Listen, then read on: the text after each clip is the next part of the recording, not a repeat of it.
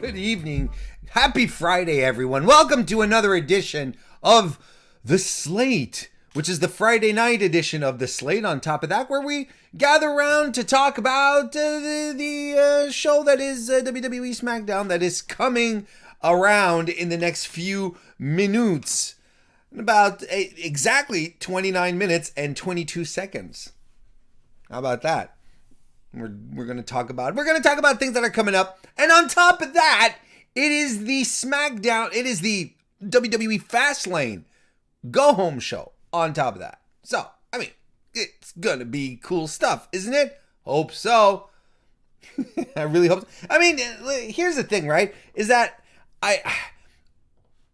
there's a lot of things that irk me about WWE, but you know, when I think about it, when I take a minute to sort of put things into their place, it's mostly things on Raw that really bother me.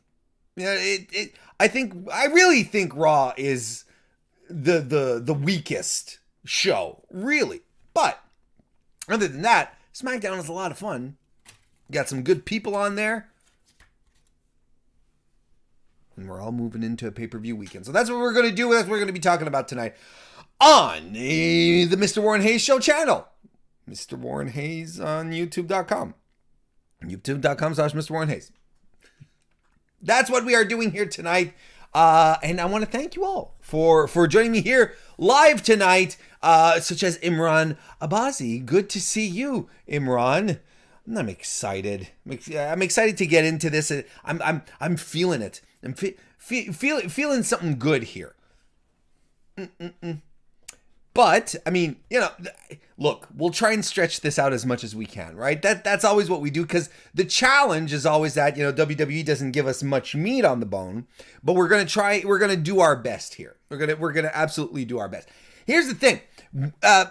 On top of the preview that is happening on WWE.com, which, of course, I'm going to be reading, as it has been provided to us typically, per usual, by our friend Michael Burdick. We're going to move into we're going to move onto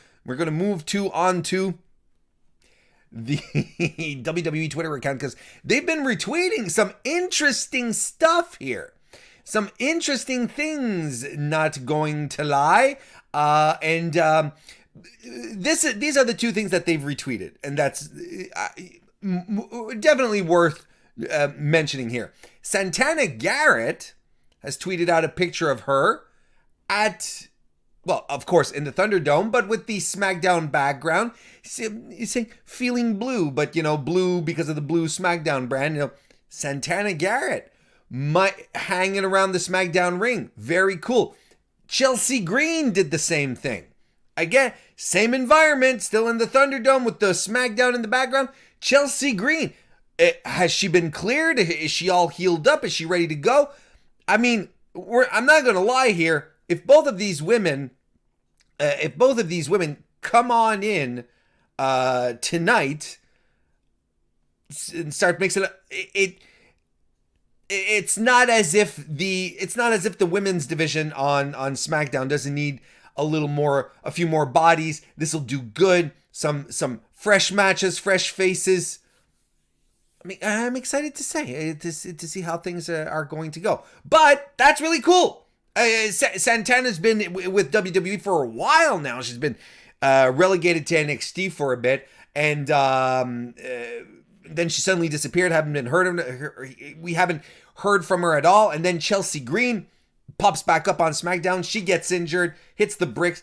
I mean, hey, we'll see what happens, right? We'll see what happens. But it's nice to know that they're still hanging around and doing stuff, right? There we go. Justin Firestein, good to see you. Welcome to the chat. Also, DGMC, hello, sir. Good to see you. And Jermaine Presley is here as well. And he says that he read the report that Chelsea was cleared to wrestle. And that's good news. Bring her on tonight. Let's get some stuff going. Let's let's do some new matches. Let's get some new stuff going. I'm excited about it. This is, for me, this is really, really good news. Really, really good news. Hey, look at this. Cyclops is better than Wolverine. Good to see you. Welcome to the chat. And for some reason, there's something in my eye. It's not as if I've been doing something really crazy. Best of luck to your kids at volleyball, Justin. Hope they do well. Hope they do. My oldest played volleyball competitively for his school. Was pretty good at it too. So I was a volleyball parent. Do those exist? Isn't that like soccer moms or hockey dads? I was a volleyball parent. Volleyball dad. Volley dad. Is that what we're called? Should we call ourselves that? Volley dads? I don't think we should. Let's move on. Let's just move on. Glad to see everyone here tonight. Oh, also, by the way, before I forget, don't forget, we're on the cusp of Fastlane. Don't forget, there will be a Mr. Warren Hayes prediction show tomorrow morning. And I'm doing it at 10 a.m. I will be joined by Ella J of the who hosts, takes over, handles the a Wrestling Girl podcast, and I'm really excited to have Ella on the show. It's going to be the first time that she pops on, and we're going to break down Fastlane as much as we can. I mean, things could be a lot worse, right? We could, for Fastlane. We still could be having the Braun Strowman, the Braun Strowman Shane McMahon match, right? That could still be a thing. I mean, if they're pulling it because, let's say, Braun or Shane are sick, I mean, that's not what I mean. If they have COVID and they're sick and they need to take some time off, they have to go into quarantine. They just have to get better. I hope they get better real soon. But I mean, I was not excited for that. I was not excited for that program at all. I hope it doesn't rear its ugly head again. But I kind of think it will. You'd assume. So let's go into the onto the WWE.com preview of tonight's show, brought to us by Michael Burdick. His last name will never not be funny. It just won't. It just really won't. Let's get right into it. Let's just dive right in. That's more like that wasn't a dive. That was a glide. Right? Because if I were to dive, I'd go like this, right? Ploof. And I can promise you one thing: my diving wouldn't go ploof when I hit the water. It'd be a good proper splash. I don't know why I think I'd have some dainty water expulsion. I don't know why. I to me that would have been a thing. I don't get it. But anyway, Edge is going to battle Jey Uso to become the special enforcer at WWE Fastlane. Let's go right ahead and read this copy here. This Friday, the Rated R Superstar will battle main event Jey Uso 1-on-1. Whomever emerges victorious will be named the special enforcer of the Universal title match at WWE Fastlane. Will Jey Uso stop the ultimate opportunities to stack the deck for the Universal Champion Roman Reigns in the March 21st title showdown? Or can the Rated R Superstar put himself in a position to ensure a level playing field? Don't miss the heated showdown. Okay. I'm excited for this match. I'm excited to see Edge wrestle some more. Call me old-fashioned, but I'm still excited to see him wrestle. I thought the matches that he had last year with Randy Orton were pretty good. I thought they were very good, actually, more than pretty good. They were very good, and to see him up against a younger talent, Jey Uso, who had calling himself main event Jey Uso is it's completely apropos. He really has been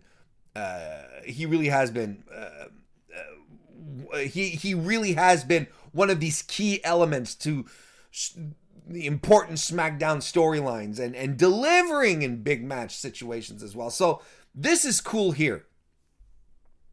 But I don't think any of us really assumed that.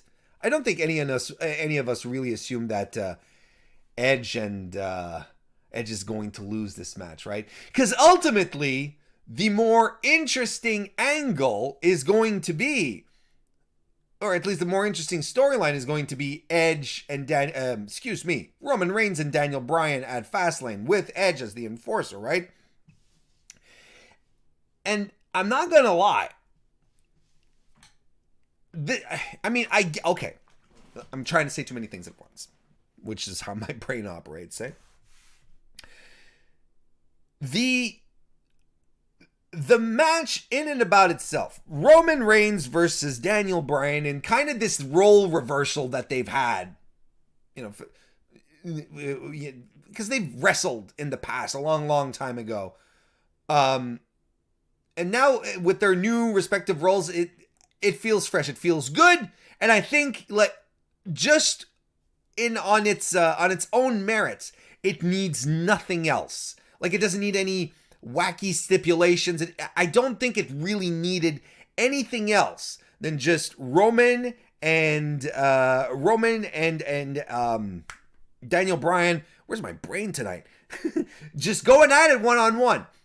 You're adding Edge into this. Of course it's going to be for, a little more. You're going for a little more storyline. You're going to try and deepen something. And hopefully this will have real deal WrestleMania implications. Because I can't help but wonder,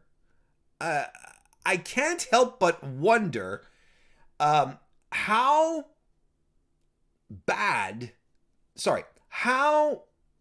this match will be affected, how the outcome of this match will affect the Universal title match at WrestleMania. Because, chatting with people and, just having some open discussions, there's a theory going around that maybe the Universal title match might end up being a triple threat match, where you have Daniel Bryan here, who will be screwed out of an opportunity because Edge wants to fight Roman Reigns at WrestleMania. Technically speaking, if Edge is the babyface here, technically he is, if he's the top, if he's the babyface, it shouldn't matter to him who wins or loses here, and whether it's Roman or whether it's Daniel Bryan. He has his spot at WrestleMania reserved, so it doesn't matter who he ends up fighting. He gets to essentially choose who his opponent is if he wants to be call it down the line, or wants to show some favoritism. So let's say he shows a bit of favoritism and causes Daniel Bryan to lose. Then you'd have the grounds for a triple threat match, wouldn't you? Daniel Bryan coming back, saying, I was screwed out of this. Edge, what the hell are you doing? We head on over to WrestleMania. We have Roman Reigns, Edge, Daniel Bryan. Which, look, we'll see tonight. We'll see tonight in what kind of shape Edge is in at the same time, because he hasn't wrestled. He did wrestle at the Royal Rumble, but the Royal Rumble, he rested a lot. Didn't work like the full match, nonstop. We'll see tonight what kind of shape he's in, because maybe they'll want to do some smoke and mirrors here a little bit. You never know. But look, I think Edge is going to win this. I think that's a given. And it kind of sucks. It kind of sucks that Jey Uso is now kind of just like a stepping stone, a turning point thing where you're like, oh, you're going after Roman, but you're not getting Roman, you're getting Jey, and then Jey always loses. Wins and losses do end up mattering, folks, in case you haven't been paying attention to my shows. I want to say hello to Patrick Mason. How you doing, Patrick? And Great One, who's having a great time. Apparently. Good to see you, Great One. And Cyclops is better than Wolverine left us a super chat. Thank you very much. Cyclops is better than Wolverine. Still a very controversial screen name. He says, Edge promos have been almost Goldberg bad lately. Hey, let's dial it back a little bit. All right? And you got to be careful. We can't be throwing this, as bad as Goldberg stuff around all willy-nilly. You know, I liked the promo that he had last week with Daniel Bryan, but I think I liked it mostly because of the interaction that he had. I don't think this is Edge's greatest promo work. I'll agree. I'll definitely meet you there. Cyclops is better than Wolverine. I do feel like I really feel like the interaction between them both kind of kept it from really nosediving, because I'll meet you down there. It may be not his best work that he's been pulling off recently. I agree, but Goldberg bad. My God, man, that's harsh. Liam Moores, how you doing? Welcome to the chat. Welcome. And Mr. Fantastic is here as well. Well, okay. Everything's cool now. Good to see you, Mr. Fantastic. Sasha Banks is going to put her SmackDown Women's title on the line tonight against Nia Jax. And the question that I have is why?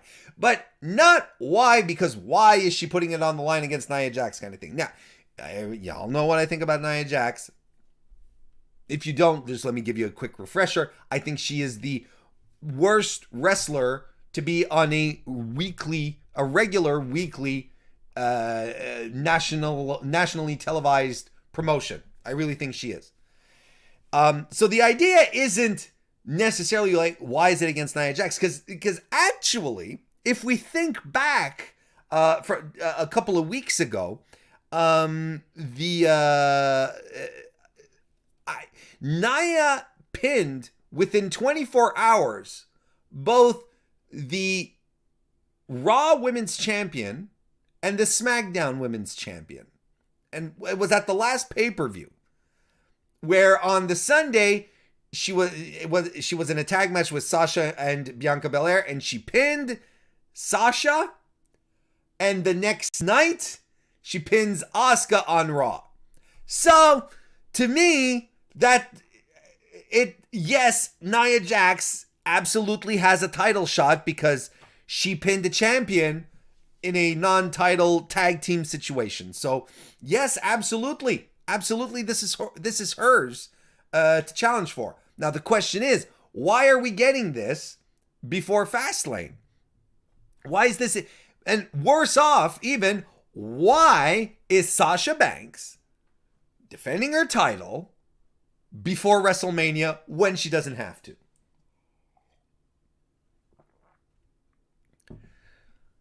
Now, again, it kind of always boils down as to why wrestlers do this, right? And technically speaking, wrestlers are professional fighters, right? And we're talking in kayfabe, storyline, whatever you want to call it. Wrestlers are professionals. They're trained to fight, and they fight, and they're paid to do that. And when you become champion, well, then you get paid more money because you're defending a title. You get bigger challengers. You make more cash. Now, if you're a champion and you're going into WrestleMania, then doesn't it make sense then? And I think it does. Doesn't it make sense that you'd be like, nah, son, I am going to wait for the big payday, defending my world championship at the biggest show of the year. That's where all the money is, right? That's what everyone strives for. That's why everyone wants to go to WrestleMania, because it's such a big deal, because everyone gets a big payoff. Now, I know in reality, that's not exactly how it works, but it doesn't make sense when you're in this type of environment to be like, as a pro fighter, to stack up title defenses before the one which is actually important. And even as a promoter, it doesn't make sense.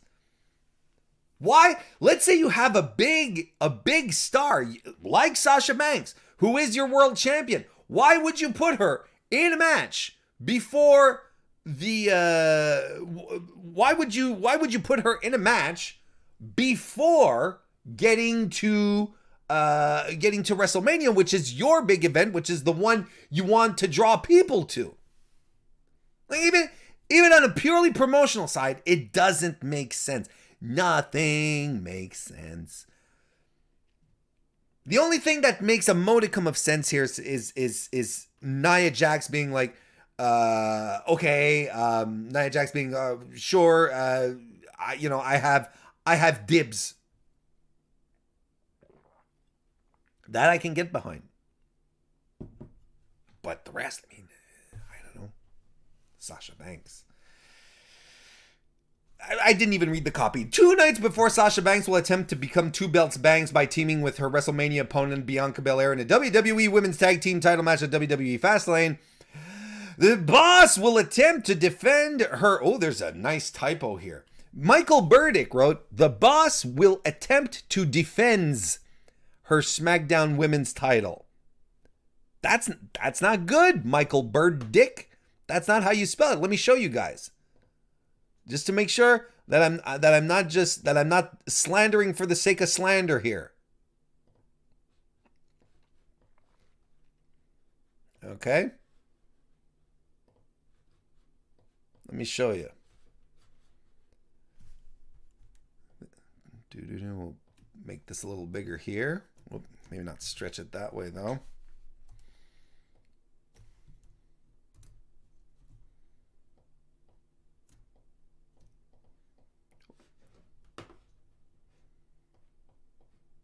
Why is it?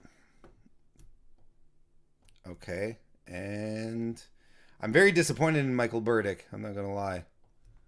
Why can't I? Why is it doing that? Oh, there we go. Did you see it right there? You see it right here. The boss will attempt to defend her SmackDown title. Who proofreads your stuff? Michael Burdick, I'm very disappointed in you. Very, very disappointed in Michael Burdick. Sleeping on the job.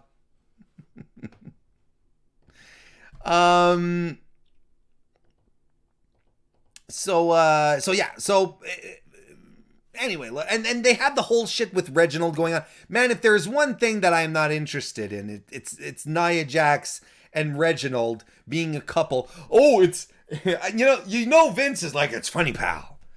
She's the woman, but she's so big, and he's the man, and he's so small. That's so funny, pal. It's hilarious. It's like Jack Sprat. Jack Sprat could eat no fat, and his wife could eat no lean. What was it? Jack Sprat could eat no fat, and his wife could eat no lean. And so betwixt them both, they licked the platter clean. There you go. So yeah, I mean, I'm okay, whatever. I mean, as much as I'm excited to see Sasha and Bianca at WrestleMania, I think all the angle is extraneous and is not doing a great job. Jermaine Presley left us a super chat. Thank you very much, Jermaine. He says, I don't see Sasha losing the title tonight, but I do see Sasha getting attacked by Nia and Shayna after the match, but not having help from Bianca. Oh, now that's interesting. I mean, this is inevitable. Look, it's going to be a schmoz finish, right? And Nia Jax is quite protected in her booking for some bizarre reason that I don't understand. So Yeah, I agree with you. I don't think Sasha is losing the belt. I do agree that there's going to be a post-match beatdown. There's going to be shenanigans. But Bianca not getting involved? Because they can't get along on Sunday, right? Sunday, they really have to become mortal enemies. It's funny, you just can't be like, yeah, I'm not going to team with you because I want to take your title at WrestleMania and I don't want to, I just want to keep my psychological edge. Thank you for the super chat, Jermaine. I appreciate it. And finally, we're going to round out the evening with Big E and Apollo Crews. We're going to sit down for an exclusive interview on the route to WWE Fastlane. I don't know if that's a pun there, Michael Burdick, but if it is, I will forgive you for your depends typo. Last week, Intercontinental Champion Big E returned from an injury he suffered at the hands of Apollo Crews, only to taste the metal of the steel steps once more during another brutal sneak attack. Prior to the Intercontinental Championship rematch at WWE Fastlane, Michael Cole will sit down with the powerhouse of positivity and his fierce challenger. So I guess they're going to do one of those split screen things, where I don't know. I don't understand. And I mean, this goes for all the, I don't get excited when it comes to interview segments being promoted. Like, to me, it's not an attraction, and the same thing goes with, any promotion that does it. Like when AEW goes, Sting gets interviewed tonight. I'm like, cool. But, these aren't attractions. Your attraction, the reason people tune into your matches or to your shows is the matches, right? That's why people tune in. And, advertising interviews, it's a little weird to me. It's a little weird. So here's one thing I just wanted to point out here. Apollo Crews, they're calling this an Intercontinental Championship rematch at WWE Fastlane. But here's the thing. Since becoming Intercontinental Champion, Big E has defeated Apollo Crews on 3 separate occasions. He pinned him twice, basically, in January. Then defeated him in a triple threat match. So I mean, we're getting rematch. It's not that big a deal. Now I'm not gonna lie, I'm a little curious here to see what they're going to do with this, because Apollo's new gimmick has some gumption to it. I'm kind of excited to see how this is gonna go. I'm actually curious to see how this match is going to happen. But interviews being what they are, it'll be an interview. Good for them. We'll see. I wish, but hey, at least WWE is announcing 2 separate matches, instead of just the usual one and then a cup and then other segments or a party or title celebration or, I'm trying to look for the positive stuff here. Jermaine Presley left us another super chat. Thank you very much, Jermaine. I appreciate it. He says, plus, Sasha had been losing in tag matches, so I see Sasha needing wins to build momentum before her big match at WrestleMania. Because wins and losses matter, don't they? No one wants to back a loser. No one believes in someone who loses all the time. By God. Thank you very much for the super chat, Jermaine. I appreciate it. Folks, the newest episode of the Mr. Warren Hayes Show is out there as well over on youtube.com/Mr. Warren Hayes or your favorite podcast application. If you go to the Mr. Warren Hayes Show video, though, join the comments. We're trying to get the comment streak, keep it going. So go jump in there. There's some great conversations. Remember, tomorrow morning, Fastlane prediction show with Ella J, 10 a.m. right here live on youtube.com/Mr. Warren Hayes. Guys, can't wait to talk to you again another time. Have a great weekend. See you next time.